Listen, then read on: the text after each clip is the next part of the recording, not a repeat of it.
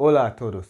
Hoy vamos a hablar de los 8 usos del pronombre se en español. So we're going to talk about the 8 uses of the pronoun se in Spanish. Now, this is a pronoun that has many different functions, as you would have heard. 8. And we're going to look at each context in which it can be used, and we're going to analyze them. All right. Now, before we even get into the different contexts that se is used, it is worth noting that the se, this pronunciation, is the same as the first person singular present tense conjugation of the verb saber, and that would be se. But the difference is that the se has an accent on the e, right? So yo sé, I know, right? So that's just, a by the way, before we get into the different contexts.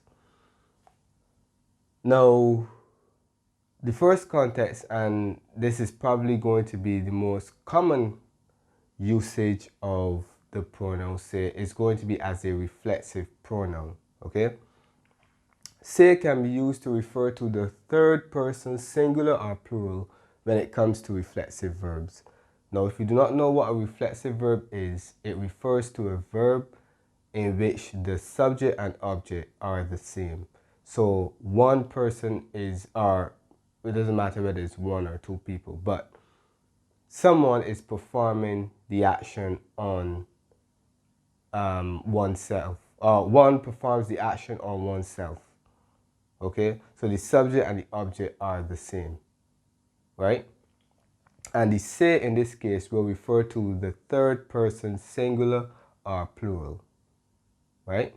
So for example, Jorge y Juana se levantan a las 6.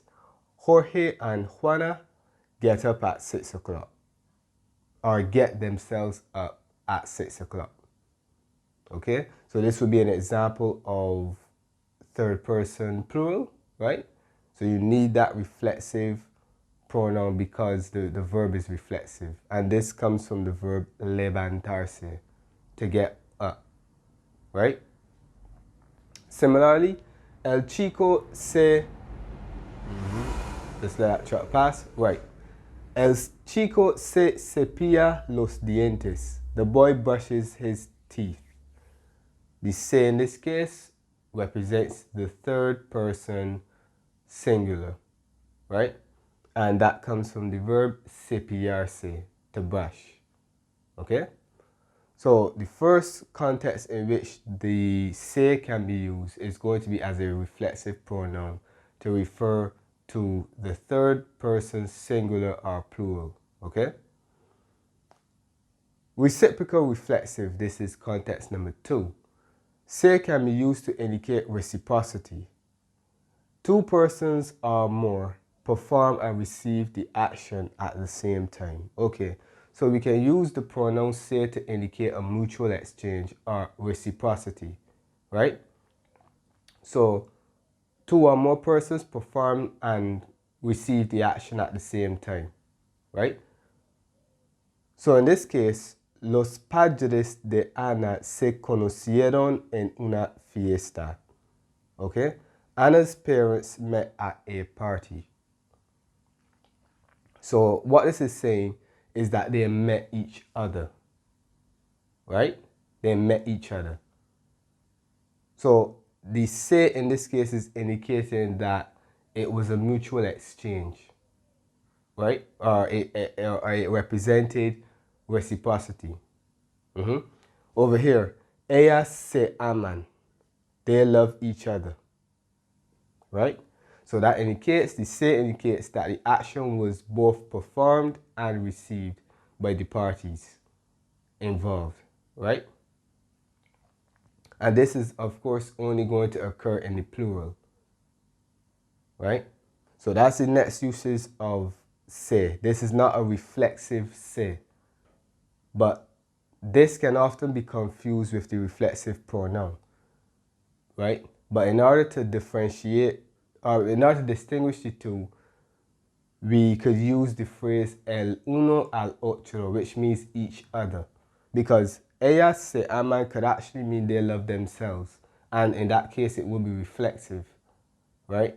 But to make it clear that we are not referring to, we're not using the se as a reflexive pronoun, we add the phrase at the end, el uno al otro, okay?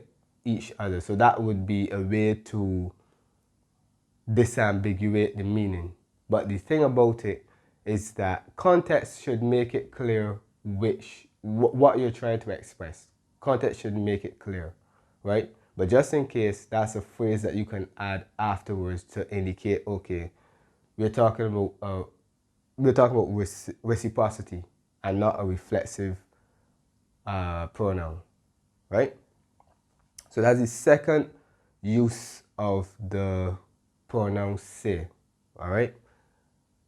3, pronominal verbs. Now, these are verbs that must be accompanied by the reflexive pronoun, but they are not reflexive. Examples include arrepentirse and quejarse. Okay? Now, arrepentirse means to regret, and quejarse means to complain. You cannot use these verbs without the reflexive pronoun, but they are not reflexive. If you omit the reflexive pronoun, it will be incorrect because that verb would not exist.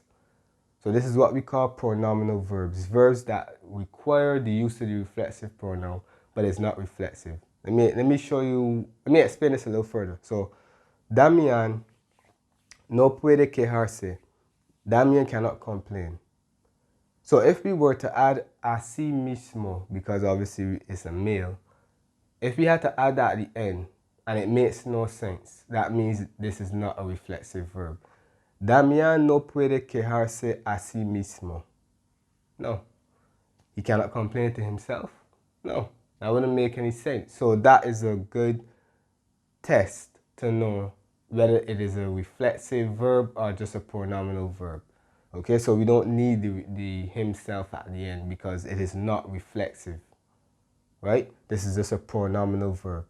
Okay, so once again, arrepentirse and quejarse. Those are 2 examples of pronominal verbs. Okay? So these are 3 contexts in which se can be used, and we continue. So we continue our analysis of the context in which se is used. The 4th context is going to be as the indirect object pronoun. Se replaces the indirect object when it is the 3rd person singular or plural. This is when both the indirect and direct objects are replaced in a sentence. Okay, so se will replace the indirect object if it's a 3rd person singular or plural, and that's only when both objects are replaced in a sentence, which means that the indirect object is replaced as well as the direct object.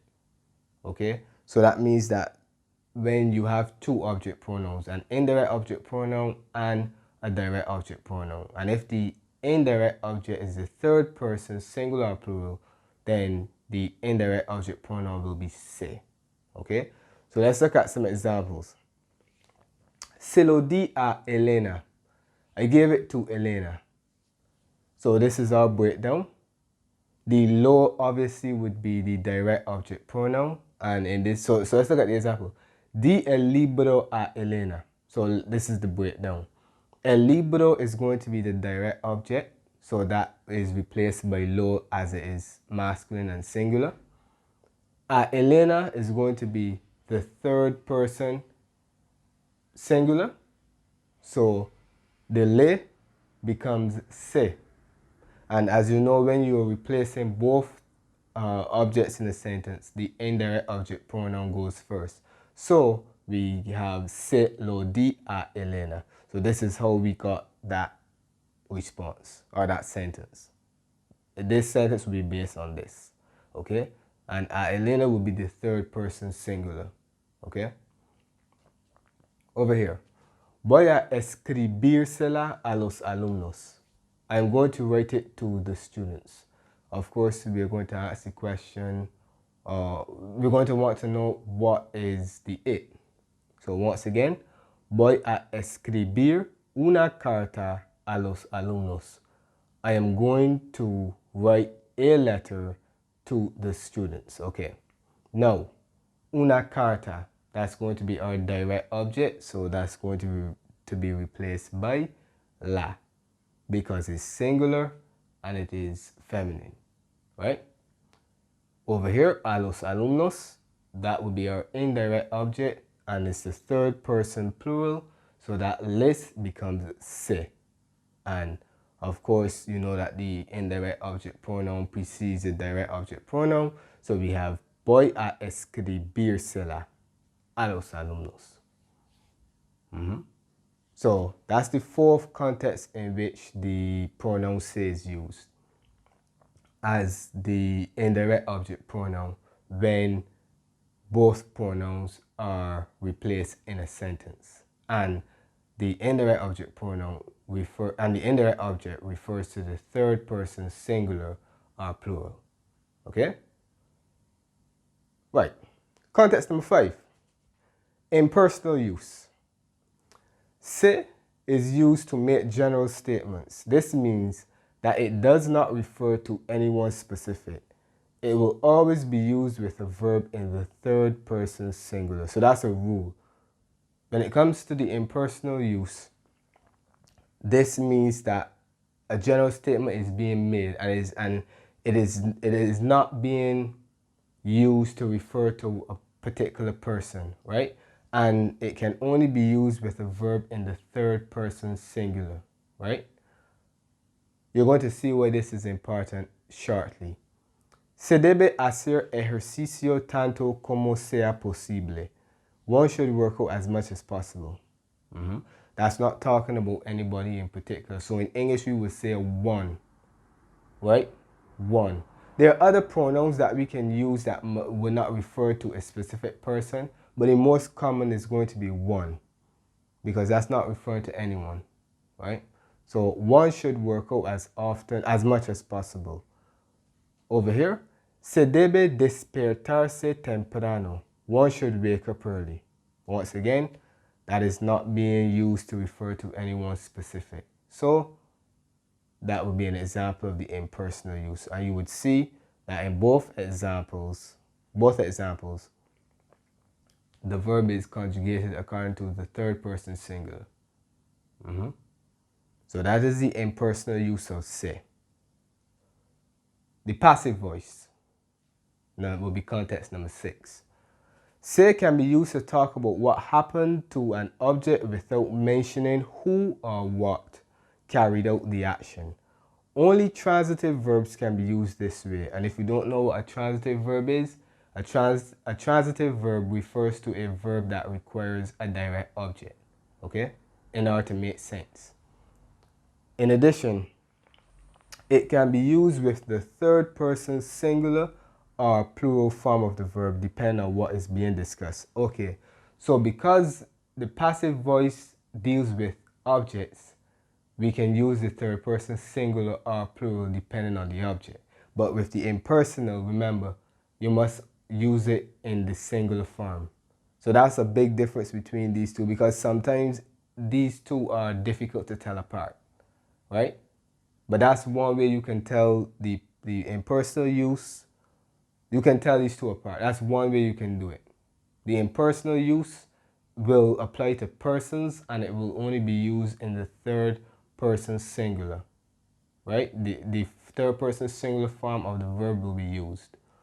With the passive voice, it will refer to objects, and both the third person singular or plural can be used depending on the object, right?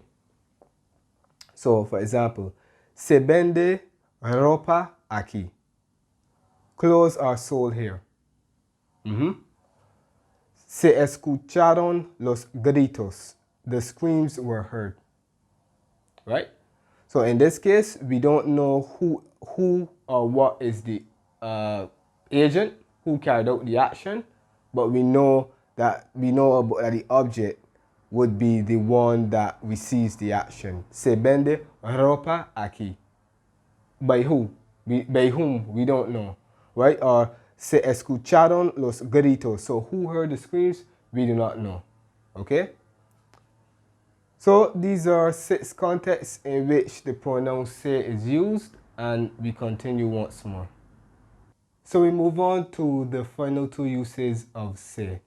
Now, it is worth noting that these uses are not as common as the others, but it is still good to know, of course, right? Now, number 7, accidents or unplanned events. Se can be used when no one is directly responsible for an accident or when no one wants to assume responsibility for an action. So if we want to absolve ourselves of any guilt or responsibility, we can use se. In this case, we call it the accidental se, right? So, for example, se me cayó el bolígrafo. I dropped the pen. So it's essentially saying that the pen fell from me. Not I dropped the pen, but the pen fell from me. Right? So it's not my fault. I didn't drop it. It fell from me. Right? In the translation, it would be I dropped the pen. But in terms of the meaning, it would mean that it's the pen's fault. It's not my fault. Se te perdieron las entradas. You lost the tickets. Not perdiste las entradas. Okay? It's the ticket's fault. Right? It's not your fault. Right? But it's the ticket's fault. So when it comes to this usage, this is the structure. We use se, we use the indirect object pronoun to refer to the person who does not want to take responsibility. We use the verb in the third person, singular or plural, depending on what is the item. Okay? So here, of course, we use the third person plural because las entradas would be plural. And over here, we use the third person singular because el bolígrafo is singular. So this is the 7th use of the pronoun se. It is used for accidents or unplanned events, right? And 8, it is used as an intensifier. Se can be used to intensify an action. This will usually apply to verbs of consumption, such as beber and comer, okay? For example, el chico se comió 3 manzanas. The boy ate 3 apples. So what this is saying, what the se is doing is it is emphasizing his desire to eat. So other meanings would be gobble up or devoured. It just emphasizes his enthusiasm, right, for eating. But it is worth noting that the se is not necessary and the meaning would not change if it were removed. So if I say el chico comió 3 manzanas, that would be the same thing. The boy ate 3 apples, but the se just intensifies it, right? So he, gobbled it up. You see what I mean, right? So that's what the se does in this case, right? So like I said, these are 2 contexts that are not as common, but once again, it is good to know them. Because if you see them in a sentence, you would know, okay, I understand the usage of se, okay? Hemos llegado al fin de este video. Espero que les guste. Entonces, cuando lo vean en una oración, van a saber lo que significa. Muchas gracias por ver y hasta la vista.